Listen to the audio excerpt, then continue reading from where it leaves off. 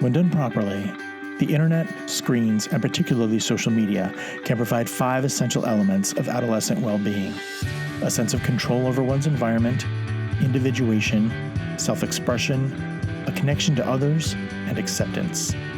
And then there is the abyss.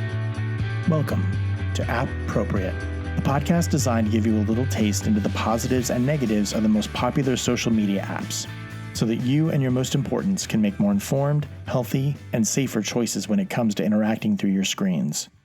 I'm your host, Joe Langford. Note that I said safer, not safe.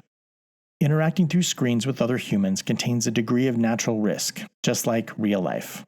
And I believe that education leads to empowerment, and I hope this information helps add a degree of safety, social responsibility, and good digital citizenship to your social networking and the conversations you have about it with your family. Today's episode is about Down. Down falls into the dating and hookup app category. It's a rebranded version of the Android app Bang with Friends, which was a teen version of Tinder. It hasn't been a huge threat up to this point because, shockingly, there were tons of guys and 0 girls, hence the rebrand.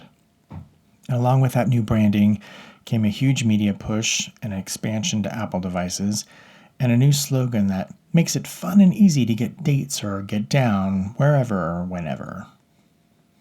Its primary unique feature appears to be the ability to show your interest in another user by tagging them and then clarifying said interest by swiping up to get a date or swiping down to get, well, down. It theoretically caters to users who want both tender Ed Sheeran love and those who prefer wild Nicki Minaj love, to those seeking romantic partners and casual hookups, though appears to clearly support hookup culture and resembles less the other relationship-oriented dating platforms.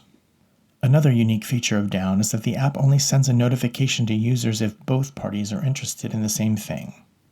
You don't know if you've been tagged, and those you've tagged don't know either unless you both swipe in the same direction, and then Down notifies you and encourages you both to coordinate what they call a rendezvous.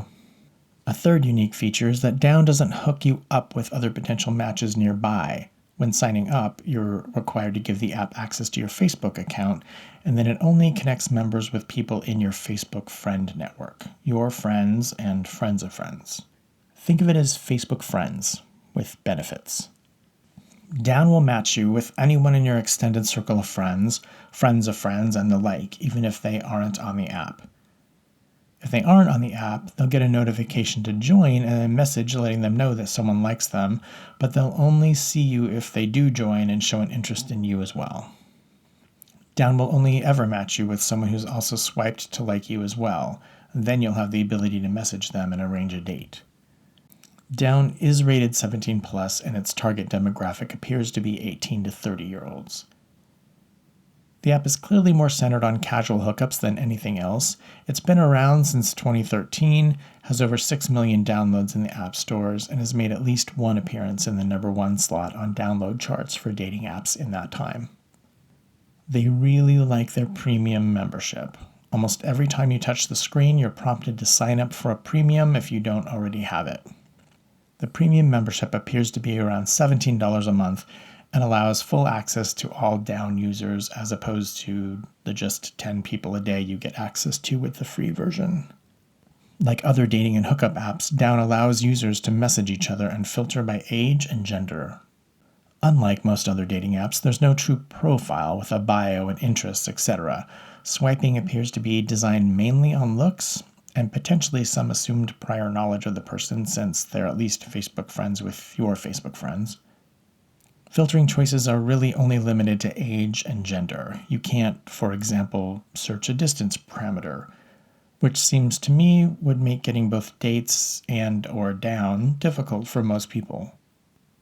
It's shooting for simplistic, cool, and trendy, though it comes off a bit clunky and limited, especially if you're not paying the monthly fee for the premium features. Plus, trolling your friends' Facebook friends for dates can seem a little bit sad and cringy. Speaking of cringy, giving the app a 5-star rating in the app stores earns you the ability to view more members, even though the premium version is supposedly unlimited access.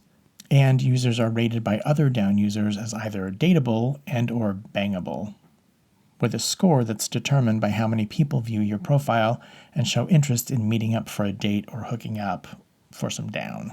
Though they've changed the name from Bang with Friends to the more euphemized name Down in 2013, with its emphasis on quick casual hookups, it still feels like a frat party. You can even tell other people about your exploits in the app's Happy Endings blog. Many young people are struggling to figure out how to date well in this connected, brave new dating app world, and apps like this that purposely lean in the opposite direction of anything that resembles romance, relationship, or actual genuine connection is a problem. The Down app is not designed for teenagers and does not claim to be, but the only age verification is one's Facebook profile, whose minimum age is 13. It's important to remember that there are aspects of apps like this that are very attractive to younger users, including the boundary testing of the Facebook connection and the competitive game nature of the scoring system. But the aggressive push for in-app purchases, the access to images, browsing history, and device information agreed to in the sign-up permissions, the shared location even when you're not using the app, and the ability to get matched up with others, quote, in your league via a numerical score are all potentially very problematic for minors. I also advocate that apps, whether for dating or downing, have responsible and rigid age verification processes to keep minors from pretending to be grown-ups and grown-ups from preying on minors, and Down does not do due diligence in that area at all. I also have no judgment if a grown-up wants to use a dating app or a hookup app. We are knee-deep in the 2000s now, and apps are a legitimate way to connect with other humans and engage and explore our sexuality. In fact, there's something magical about spending time becoming clear about what you want and don't want in a partner or an experience, and then putting that out there for like-minded people to respond. And many people are meeting, creating great relationships, and even getting married through online dating. So if you're a grown-up, go on with your bad self. Make good choices. And I do believe that the best apps for either dating or hooking up stay in their own lane. Mixing the two makes it more complicated than it needs to be and potentially confusing to users, especially people who are new to social networking or who are younger. And because online dating should really be called online meeting, it's a great way to make connection, but not for actively connecting. It's great for speed and volume, but not always substance or actually getting to know another person.